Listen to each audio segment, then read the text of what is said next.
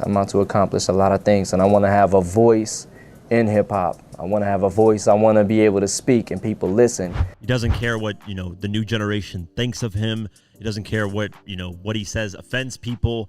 It's classic Slim Shady. Why has Diddy, a man who once ruled the industry with a velvet fist in a diamond glove, spent nearly 30 years ducking the lyrical sniper fire from Eminem and never once fired back? That's not just hip-hop etiquette or corporate diplomacy, that's fear. Or maybe something darker. Because when Eminem pulls the trigger, it's never just for show. His bars are arrows tipped with truth, dipped in gasoline and aimed straight at the secrets nobody else dares to touch. And now, with Diddy's empire buckling under federal investigations, leaked hotel footage, and a stampede of lawsuits, it's starting to look like Eminem wasn't dissing. He was warning. When I get to that certain level where I'm gonna be able to speak and people are gonna listen, then I'm gonna tell my side of the story. Eminem's new album, The of Slim Shady, dropped like a guillotine on Friday. And while the headlines were busy tripping over Megan Thee Stallion jokes and shady is finished metaphors, the real bomb was buried in track 8, Antichrist. This isn't a song, it's a crime scene. A lyrical autopsy on a man Eminem's been calling out since the late 90s. He doesn't just mention Diddy, he drags the mogul's name through a trail of whispered allegations and now confirmed horrors, like he's been holding the receipts for decades, just waiting for the public to catch up. Next, Ask Me is getting his beat worse than Diddy did. That line?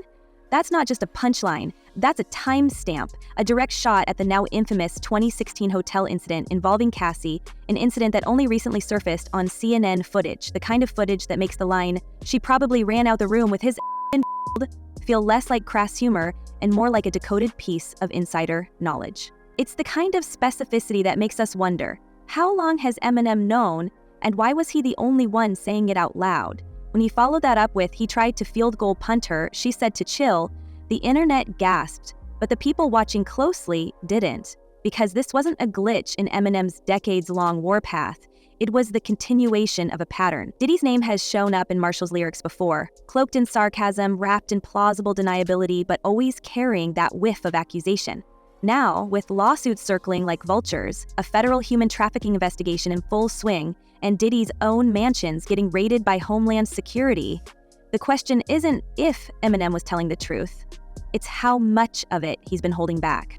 Named Diddy 77 times in court documents related to Tupac's murder. Let's rewind. Go back to 2018's the Machine Gun Kelly diss that ends with a grenade casually tossed in Diddy's direction. The day you put out a hit, the day Diddy admits that he put the hit out that got Shakur. That line slid by, dismissed as an outrageous jab, a bluff, and a rap beef. But after Dwayne Keith D. Davis got indicted in connection to Shakur's 1996 slaying, and his alleged statement that Diddy offered $1 million for the job surfaced, suddenly Eminem's joke aged like prophecy. And here's the disturbing part. If we're only now catching up to what he said 7 years ago, how many other warnings have we ignored? Because that's what it's starting to look like. Eminem as less of a diss track artist and more of a walking indictment with rhythm. His lines don't land like insults anymore, they feel like evidence, especially now that Antichrist has drawn the curtain back on one of the ugliest open secrets in music, the alleged abuse behind Diddy's glossy facade. If you thought the Cassie lawsuit was a one-off, think again. Diddy is facing a mountain of civil cases, 10 and counting, ranging from coercion to full-blown trafficking allegations. His homes in LA and Miami raided, his apology videos deleted, his inner circle vanishing like rats from a sinking ship. Meanwhile, Eminem stands in the booth, smirking, essentially saying, "I told you so." There's no punishment if they protected by the road, the judge. But here's the real mind-bender. A former Bad Boy Records associate, someone who claims to have worked closely with Diddy in the early 2000s, alleges there was a moment when Diddy tried to pay Eminem to stop. Not just a ceasefire, but a full-scale buyout. This wasn't about squashing beef. This was about silence. He wanted Marshall to back off the source claims. There was a number, high, real high, but the answer was no. We haven't confirmed that payout offer and Diddy's camp hasn't said a word, but if even half of that is true, then Diddy didn't see Eminem as a rival, he saw him as a threat, the kind of threat that money usually solves. Except Marshall doesn't move for money, he moves for blood. And what if that's not the only thing Diddy offered to bury? Behind those bars in Antichrist, behind the grotesque humor and violent imagery, there's a whisper of something bigger. Eminem's lyrics hint at what fans are now calling the Cassie files. Documents, videos, accounts, evidence locked away waiting to surface. Some believe Eminem got access to them years ago, possibly through someone close to Cassie or someone in Diddy's former security circle. They say he's been threading references to them through his music ever since, daring Diddy to call his bluff. And Diddy, he never did. People were starting to say it's an East Coast, West Coast rivalry because it was people that's trying to make money. It was true people trying to make careers, it was people trying to get famous. Because that's the strangest part of all. Diddy, the man who went toe-to-toe with Suge Knight in broad daylight, who once orchestrated rap's East Coast dominance, who built an empire off image and influence, has never clapped back. Not once. Not when Eminem hinted at his connection to Shakur, not when M threw barbs about abuse, not even now as Antichrist turns his name into a code word for evil. Why? Why the silence? Is it strategy? Is it shame? Or does Diddy know that a reply would only open a door that can't be closed? Because silence can be louder than a diss track. And Eminem, he's not just rhyming anymore. He's documenting, and every line cuts deeper into a mystery we're only beginning to understand. And maybe that's what's been hiding in plain sight all along. Eminem hasn't just been calling people out, he's been forecasting implosions. Time and time again, his lyrics hit the culture like lightning. And only later do we realize the storm had been gathering for years. Back in 2018, lit up the charts, mostly remembered for tearing into Machine Gun Kelly, but tucked in the final bars was a line that made people flinch. The day you put out a hit's the day Diddy admits that he put the hit out that got Pac. At the time, it felt like nuclear sarcasm. Now, with court documents linking Diddy to $1 million bounty and Keefe's own words haunting the grand jury, it's starting to look less like satire and more like surveillance footage we didn't know we had. Firms on retainer.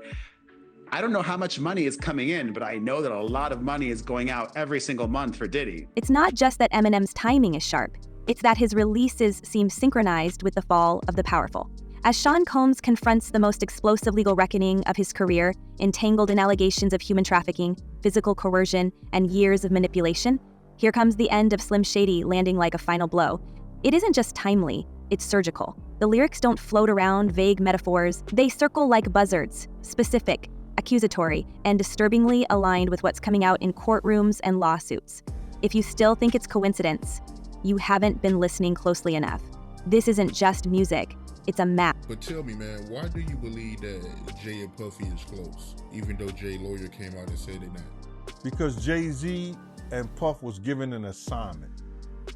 So the question becomes, who exactly is Marshall Mathers? A provocateur? Sure. But that's never been the full picture. Increasingly, fans are wondering if we're dealing with something else entirely. Is Eminem just a lyrical genius, or is he hip-hop's dark prophet? A one-man warning system for an industry built on secrets and shadows? If so, he's not just reacting to scandal, he's illuminating it, and no one, not even the moguls, seems safe. Which brings us back to Diddy's silence. This is a man who's fought public beefs with the likes of Suge Knight, who launched Bad Boy Records in the middle of a coastal Cold War, who built his empire on audacity and dominance. And yet, when Eminem speaks, Diddy vanishes. No response, no bars, no interviews, not even a lawyer-written cease and desist. Just nothing.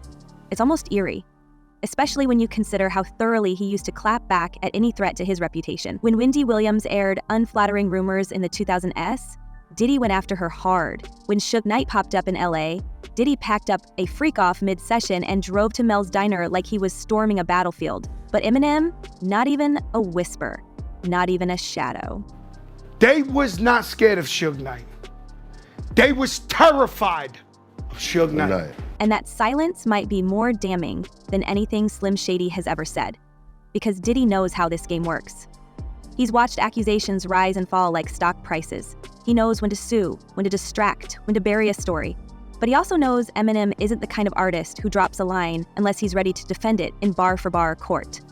Maybe Diddy's silence isn't cowardice, maybe it's calculation. Maybe it's a strategy from someone who knows the receipts are real and the man reading them is already rehearsing the next verse. The real kicker here, Suge Knight has been screaming into the void about this for years.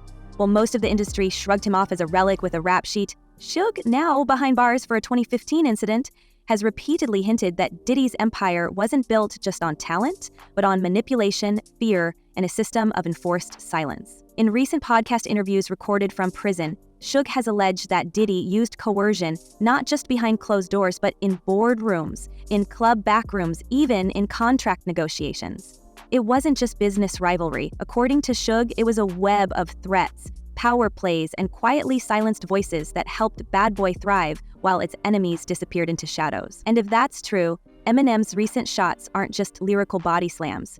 They're strategic strikes at a legacy built on secrets. But listen, thing I'm gonna tell you. We from two different worlds, number one, him and I. It's easy to forget, but Eminem and Suge Knight have rarely seen eye to eye. Suge's era clashed with Eminem's rise, and his artists never got cozy with the aftermath camp. But lately, their stories seem to circle the same target. Suge says the industry needs a reckoning. Eminem says he's bringing one. And when you line up the clues, their claims start to echo.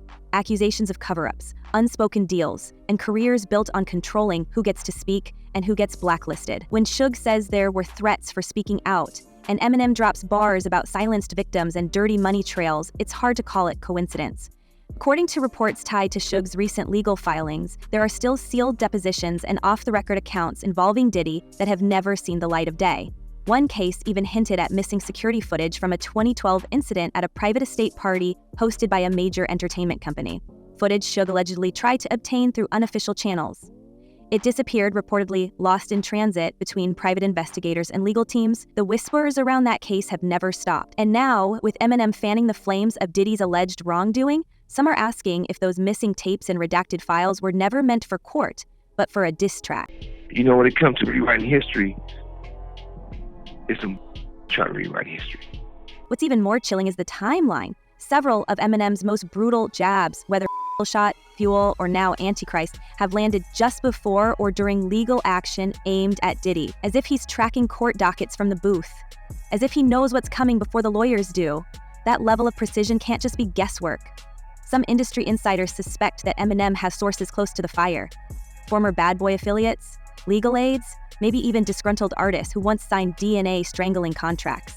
But others are pointing the finger right back at Suge, saying he might be feeding the very beast he once tried to destroy, now using Eminem's voice as the megaphone he never had. I've sold a lot of records and now I've got a lot of money and I've made a name for myself. Suge Knight, for all his chaos and contradictions, has hinted he knows where the metaphorical bodies are buried. His ongoing statements about rooms people never talk about and parties that end careers have made their way into court transcripts, podcasts, and even books. Combine that with Eminem's references to freak-offs, secret deals, and what he calls the dirt under the diamonds, and suddenly it feels like we're watching two different angles of the same surveillance footage. Suge has lived it, Eminem is reporting it, and both are circling Diddy like wolves that never stopped hunting. This isn't about ego anymore, it's about history. If Suge Knight really does hold the final puzzle piece, and Eminem keeps dropping clues like breadcrumbs through the forest, then the industry may be walking into a trap decades in the making. Because if Suge's claims about Diddy's use of fear, fraud, and force are even partially true, and Eminem continues lighting fuses in plain sight, we might not just be watching a career collapse. We could be witnessing the unraveling of a cultural dynasty built on foundations no one was supposed to question. Yes. Yes. He hated every bit of it. I remember one time, you know, he was like, who did you grow up listening to? I'm like, Tupac. I ain't mentioned BEGGED. That nigga ain't even talk to me for like 4 fucking days after that. Everything with Pac, like, you couldn't say Pac was anything better than BEGGED. You can't put them in the same realm or nothing. It was all about BEGGED. Insiders say this fear didn't start in 2024. Multiple sources, some former employees, others connected to the music press in New York, claim that as early as 2006, Diddy was actively pressuring media outlets not to cover Eminem's more inflammatory lyrics. One former PR rep, speaking under condition of anonymity, said, "We had a blacklist. We flagged every song that mentioned Puffy, even in jest. And when it came from M, we were told to stay quiet. Always." That was long before lawsuits, long before Cassie, long before federal raids. So what exactly was Diddy so afraid of? Which brings us full circle to the most sinister theory of them all, the Cassie files. The name first surfaced on a fan forum late last year, but it spread fast, carried by whispers from insiders, podcasters, and two former Bad Boy security contractors who've since relocated outside the US. The rumor is chilling that there exists a collection of private documents, recordings, and perhaps even unredacted testimony, evidence that allegedly chronicles years of coercion and abuse under Diddy's watch. Not just the public incidents, but the hidden ones. The ones that never made headlines. The ones that were paid to stay quiet. If true, it would be the kind of revelation that doesn't just ruin a man's career, it detonates it. I'm not the guy who's in for Puffy's downfall, but I am the guy who supports the victims who got victimized, right? And here's where Eminem comes in again, because some believe these files were leaked, not to journalists, not to the FBI, but to M, supposedly through someone tied to Cassie's early legal team. someone who didn't trust the courts but knew Eminem would never hold his tongue. If that's the case, if Marshall really does have access to the dark archive, then we're not listening to random punchlines anymore. We're hearing countdowns. Every lyric could be another fuse lit. Every track, a chapter preview of the collapse. There's one final rumor that keeps us up at night. A former studio engineer claims that during the recording of Antichrist, Eminem told a producer, "They'll know it all when the deluxe drops." No one knows what that means yet. But if a deluxe edition is on the way, it may not be a victory lap. It could be the trigger. So they was placed to destroy the East Coast rap. And then along came a somebody. They was about to bring East Coast rap back. And there's nothing they could do about it. And this kid was finna put East Coast. So now we're asking the question no one dares to say out loud. If Eminem knows the truth, how much longer before he reveals it all? And when he does, will Diddy's empire finally fall? One thing's for sure, this isn't just a rap feud anymore. It's a reckoning. And when the curtain finally lifts, the blast radius won't stop at Bad Boy. It might take down the entire foundation the industry's been standing on for 30 years. The truth is coming, and when it does, no one will be safe. What do you think M's really holding on to? Is it just art? Or is it evidence? Drop your theories in the comments. Stay sharp, stay curious, and until next time, watch your back.